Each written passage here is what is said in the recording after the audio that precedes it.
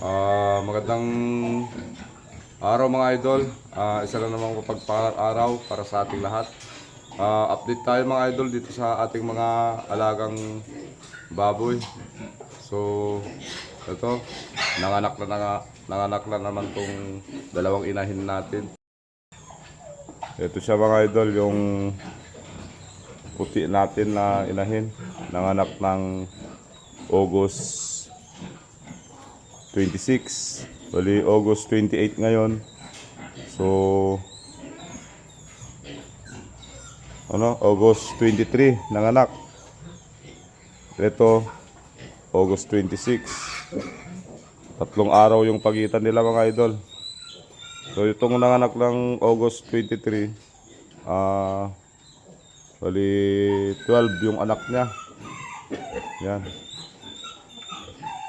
Tapos itong nanganak ng August 26, 11 ang anak. Tapos meron tayong pinaampon sa kanya na 3. Pinampon niya mga idol. Yan. So, meron tayong 14 dito sa dito, tapos 12 naman sa kabila. Yan. Tapos ito namang mga patining natin mga idol. Yan.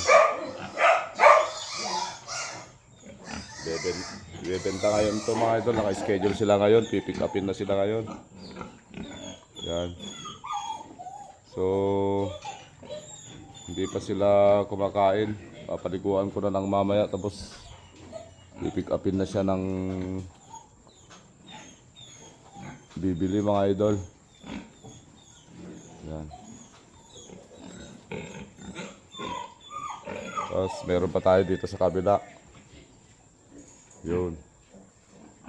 Yung mga nandun mga idol. Mga patining din. Yan.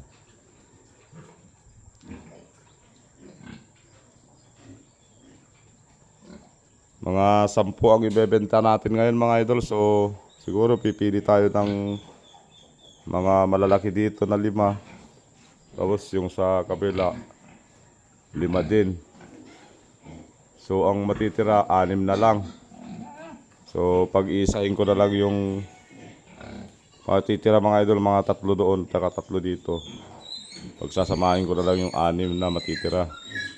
So may mababakante tayong isang kulungan. Tamang-tama mga idol, pagka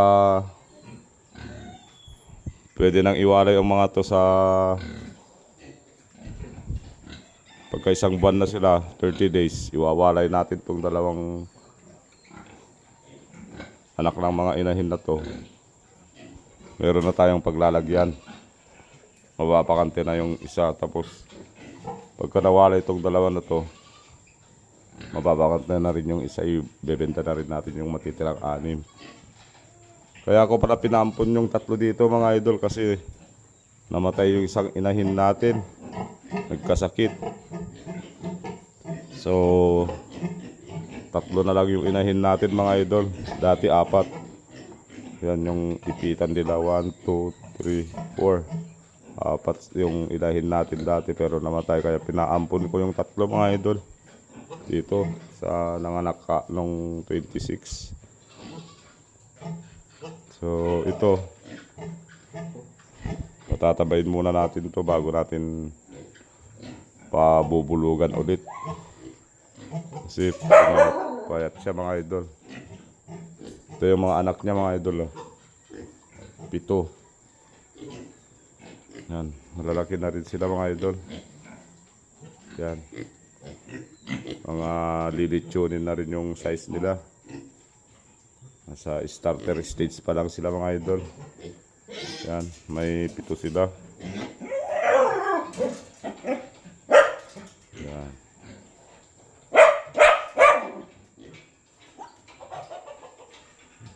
So,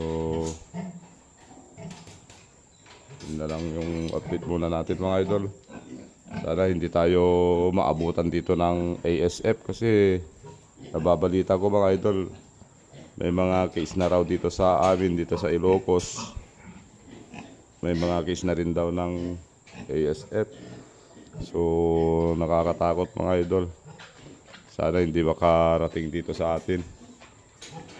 At may ano pa naman tayo mga idol, yung net palibot dito sa ating farm. Yan. May net yan mga idol. At nag-i-spray din tayo ng krudo mga idol. Ini-sprayan natin yung net para pantaboy sa mga langaw, lamok, para hindi tayo matamaan ng ASF mga idol, kasi lahat ng mga insekto ay pwedeng carrier ng ASF mga idol. So ginagawa natin lahat ng paraan para hindi tayo matamaan mga idol. So yan.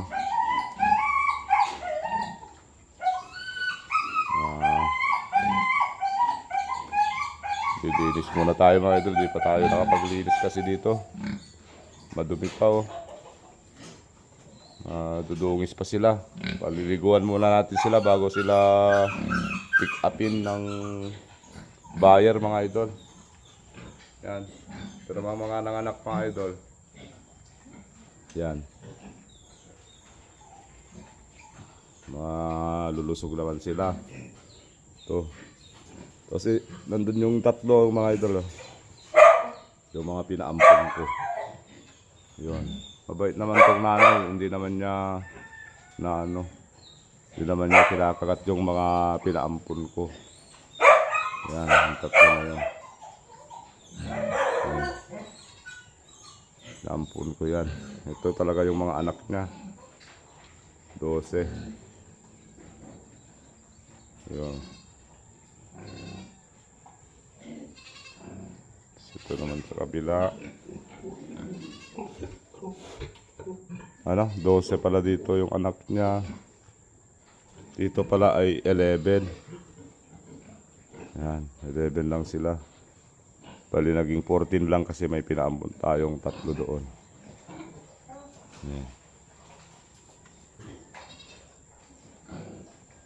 Yan mga idol.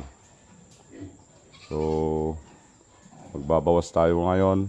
Kukunin yung buyer yung 10 patining.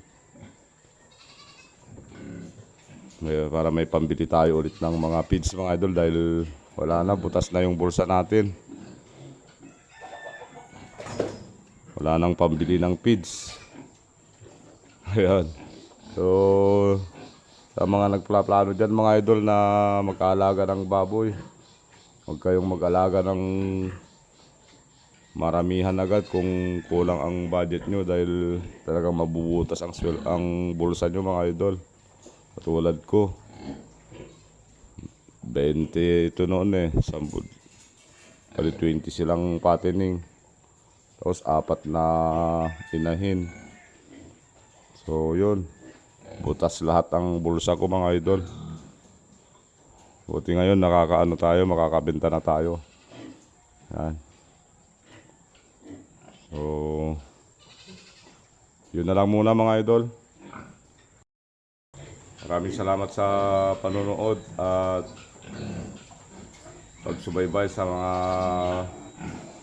videos natin, sa mga update sa munting farm natin mga idol. Maraming salamat. At salamat sa Diyos.